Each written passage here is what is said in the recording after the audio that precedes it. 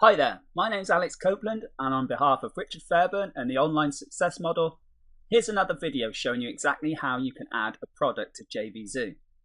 Now first of all, you need to come into the sellers part and the sellers dashboard. Now once you're in here, at the top here it says add a product, it's free. Simply click that. Once you've clicked that and you're through to the next page, you've got to enter some of the processes here. Now we're going to make this as a test, so this is just a fake product. Obviously you would use whatever you are actually putting onto JVZOO.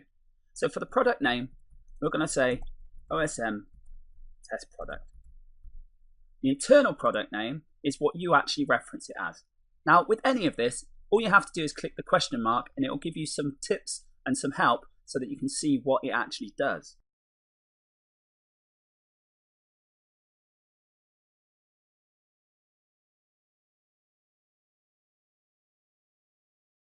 Now this particular one tells us that it's a private name that only we can see. So we can label it however we want. And we can actually do this so it's easy for us to see when we've got multiple products inside of our JVZOO account. Just click got it if you go on one of these. So we're going to say Alex test product for OSM. Okay, you can do whatever you want on that. No one else is going to see that. Now, when we're actually launching something and we want affiliates to find it, we have to show in the find products. This is when you're searching through to find something to promote yourself.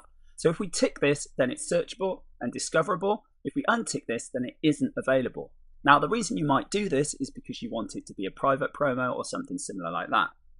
JVZOO also has a new public marketplace. Now, there's certain things you have to be able to do for this, but you can click this and it will show up and people can actually find it in that as well. Now this is good for some extra sales. Now the description is exactly that. You would do a brief description of whatever your product is. So this product is a test one for OSM to show how to do this. Then you have to choose a category, which should be fairly obvious depending on what it is that you're actually doing. So come down and choose the thing that is closest to what you are doing. Now, internet marketing, affiliate marketing is always a good bet for a lot of them. Next, you have your currency. Depending on what you want to take currency-wise, you can choose on here, although most people tend to choose US dollar. Next, you have to choose your product price. Now, as you can see, if you want a dime sale, then you have to put the maximum price it's going to reach. And you also, if it's recurring, have to put whatever the payments will be in here. So let's say, for example, you had something starting at $27, but you wanted to create a dime sale, which means that on every purchase it can go up in price, and you wanted it to eventually top out at $47, you would put 47 in here. So that's the maximum price it will be. If it's going to stay one price for the whole of the launch, just put whatever that price is in here. Now the quantity, if you've got something that's limited, or it's a special offer, or maybe it's a physical thing, you can put the quantity in here. Now for most of us doing digital products, the quantity is unlimited, so we'll leave it blank. This tick box here allows sales or not. As you can see, if you want to allow sales straight away, then you can keep this ticked. But if you don't want to allow sales, but you want to still get affiliates and send them to the affiliate details, you can still do that even when it's unticked. So for now, we're going to say we don't want to allow sales purely because this is a test one.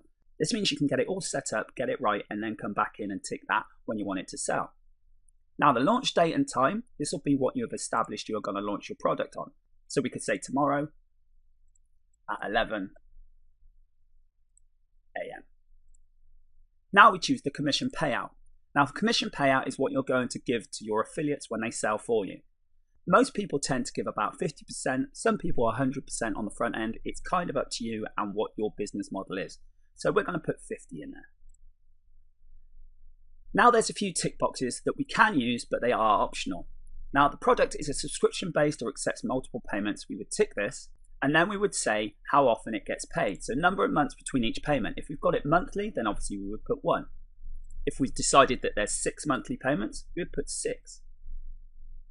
If there's commission payout on the first payment that's different to the others, so we've got commission payout of percentage of 50 here, we would put a different percentage in here. So that means that the first payment, they might get 100% to get them on. And then if you want a trial period, you can also tick this and you can say what the trial price is, trial length, and the commission payout on that trial. So we could say it's a $1 trial, which is for 7 days, and we're also going to pay 100% on that. As I say, this may not apply to yours, and we're going to untick this now, but that just shows how you can set up a subscription. Now, dime sale, as I mentioned before, we put $47 in as the price, but we're actually going to start it at $27. So it'll go up in price and it'll create a scarcity effect because people will want to get it at the best possible price. So we tick this, and what we have to then do is say what we want it to start at. So we'll say $27. And then you can say how much you want it to increase.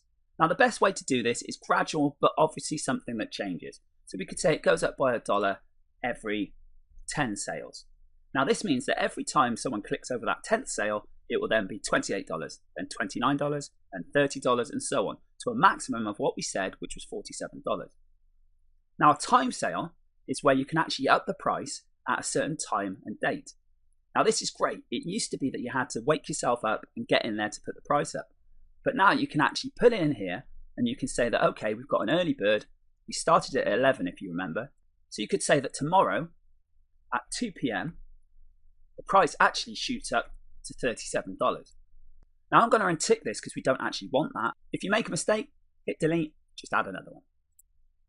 And this one here is for Product of the Day on JVZOO. Now this is an award that JVZOO gives to certain products to show that they're of good quality or selling really well. Now if you don't want to be considered for this, then you don't tick this, but if you do, just tick yes. Now you can give a custom JVZOO commission payout. This means you could boost their commissions just a little bit more, and hopefully that'll give them even more interest in putting you as Product of the Day. So we've been offering 50% on the top, so we'd offer JVZOO 60, let's say. Now payment options you will have already set up in your account section. Now I've only got PayPal in here, but you could tick that, you could have various other ones as well.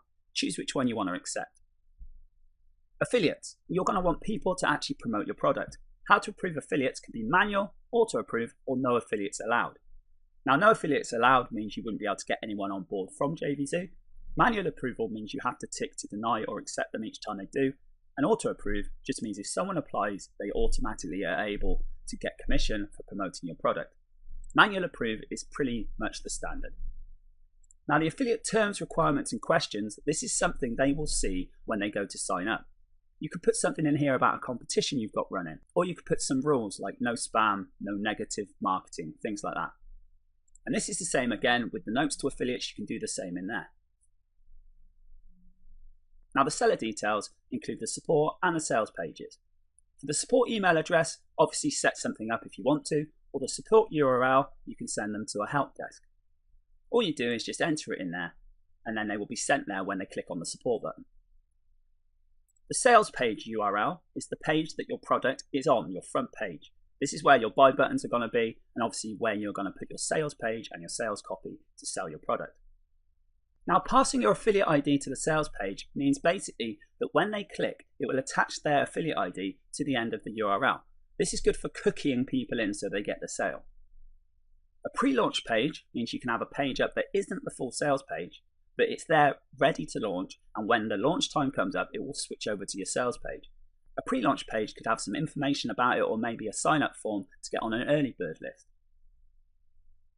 Now, if you are using a pre-launch page, you just tick that and you put the URL in there. Now, if you want it to swap over to your proper sales page when it's launched and you're using a pre-launch page, then you also need to check this, or you need to come in and untick the pre-launch page. Otherwise, your traffic will still be going to that first page, not the sales page. So if you're using a pre-launch page and you set the launch time, it's best to tick this as well.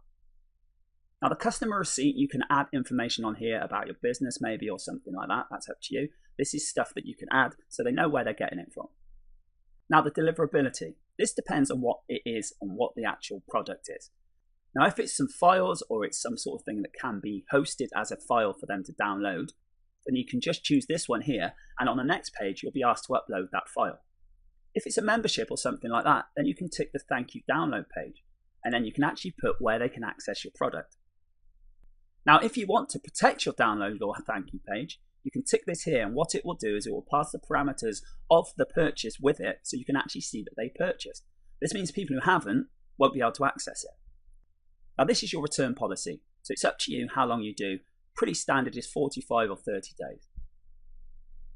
Now, physical delivery is something new that they've added, and it's probably not something you need right now and not really the subject of this video. But basically, if you've got physical goods, then you can actually fill in stuff in order to be able to send from in here. With information collection, you can collect customers' phone numbers if you want to, and just tick here.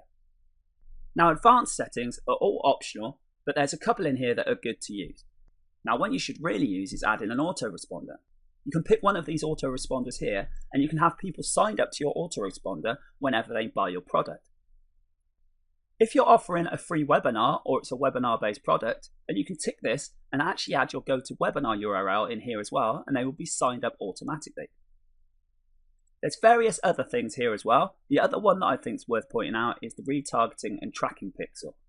Now this is great because it means that you can see who's bought, you can see who's converted, and then you can use that to your benefit to go and retarget people at a later date. Depending on what pixel you're using, something like Facebook, you would get the code, paste it in here. And that's all there is to it. There are a lot of things to fill out, but as you can see, it's fairly easy to add it in there. Now they have a save and scan now, which actually goes through and gives you some options and gives you some examples of where you can improve it. And then you've got save my product. And now you've successfully saved your product.